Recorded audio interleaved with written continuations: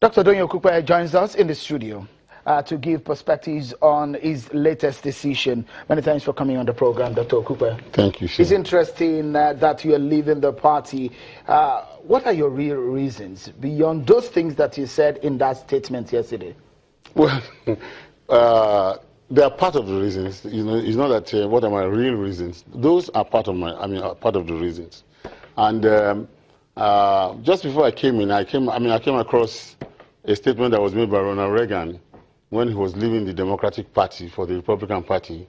He said, and I quote, he said, you know, I have not left the Democratic Party.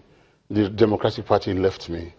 For me, I can also say that in actual fact, it is PDP that actually left me. It's a bit somewhat surprising to some people who now think, from some of the online comments that I've seen, who are now calling you a fair weather politician. That would be ridiculous, absolutely ridiculous. You know my history and my pedigree politically. I was a top-notcher and a major chieftain of the NRC when MK Abiola won an election, and the military scuttled that election, and the NRC, the party of which I was one of the leaders, decided to partner with the military. I resigned. I left. I will always stay on the path of honor, on the path of truth, on the path of justice and equity. That is the guiding philosophy. I didn't come into politics for money. I was a doctor, very high pedigree and, bright future. But I just wanted to be somebody who will be part of a system that can change the country. And that is what I've always been looking for. And you've an opportunity. You've looked for that in serving two presidents, and now you have gained almost everything that you wanted, and you think that you just want to dump that platform. Is that the case? Shaun, that's not true. I've not even gained everything that I wanted. I've not reached where I really wanted.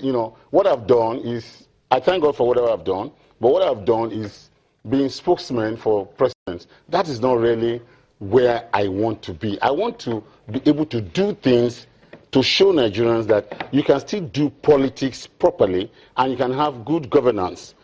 You understand my point? But talking about, leaving PDP, I had to leave PDP. I didn't have a choice. There was no space at national level. The party had been hijacked by people that are really considered to be not too experienced, and not, we've done everything possible on the ground to try and resolve issues, not to go to court, not to allow fragmentation, but everything we did not succeed. Then at the local level, all politics is local. At the local level also in Ogun State has been bedeviled with fragmentation of the party for over 10 years. Does not even allow for any meaningful participation. I didn't have a choice. I was not left with the choice. As a beneficiary of 16 years of the PDP's reign in Nigeria, shouldn't it be that you consider yourself one of those who will help the party get back on its knees? The party is, of course, in its own leadership crisis right now. You were one of those who went to the mountaintop for former President Goodluck Jonathan, campaigning about the party's manifesto and the programs of that president. And you are the one saying that platform that you had at that time no longer works.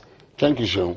It's a the party that Goodluck Jonathan left is a different party is a different party than the one we have now. Even when the president was leaving, I told Mr. President, Mr. President, if we do not do something quickly about the leadership of this party, it will be our albatross, and we will not be able to help it. Unfortunately, not much was done. So, when we lost the election, naturally, there's a problem about losing an election for a political party, especially the one that has been in power for so long. So when we lost the election, there was no clear-cut leadership. All sort of characters, hijacked the party. From then we went and, we went through, I don't want to make too much stories there. We went through all sort of things and finally ended up in major crisis about conventions and no conventions, and then the split came. Those of us who were, leaders and elders of the party, we did so much, we spent the last 2 years trying to find a common ground for a solution. But every day, you meet a brick wall, to the extent that in real truth and in reality, except for somebody who wants to fool himself, what we have left is nothing but a carcass. Some people even say that you are a featherweight when it comes to party politics. So I mean, there are criticism that in your home state, in your ward that you're talking about, you don't even have any weight in that platform. Well, I'm not here to boast of who I am politically, but in due course, what I am capable of doing will become obvious. You spoke for the former president as a spokesperson.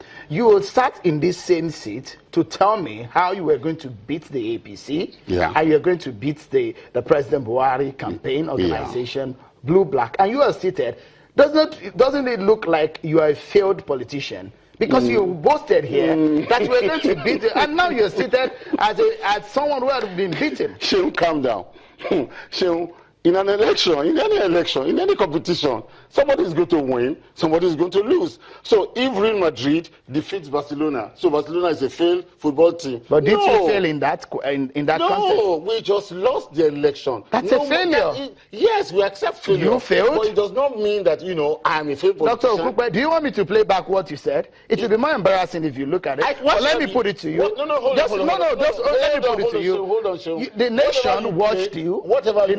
Whatever you play does not matter, because what you're about to play is something that happened during a campaign. During a campaign, you say anything. I can say anything to promote my party. So Nigerians should not believe you tomorrow because they know that Dr. Okupe just says anything based on what about APC today? All the things they said, have they done anyone?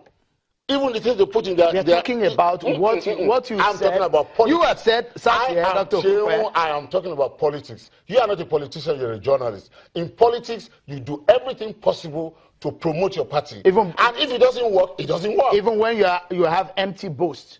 When you boast empty. No, you were boastful. You were sitting. Yes, I was boasting based on facts and figures and things that are available to me. Some of your party members, some of your party members will even say that you were one of those who misguided the former president to the failure of the party. Anybody can say whatever they like. It doesn't really matter. You can't reconstruct the issues anymore. Shehu, there was an election. It was not the first election. There was an election before then, which we boasted, which we spoke, and Jonathan won. Millions of Nigerians who are watching you now, do you think they will believe you next time when you come up to speak on the matter? Because you were the same person who said that people campaigning is different from talking about policies.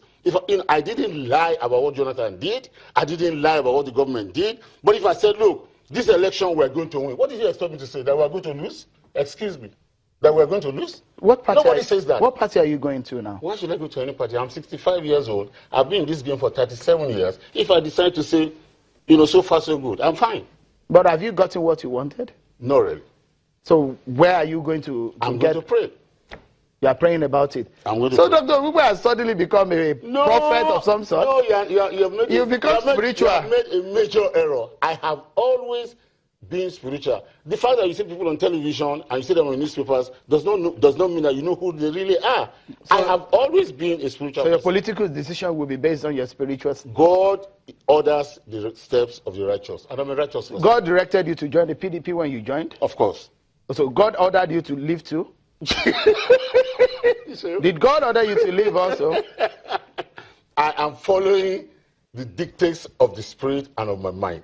Because there is even a comment here which says that there are no jobs again for the boys in the PDP, and Dr. Okupe what jobs? I've gone beyond job. I'm not a political jobber.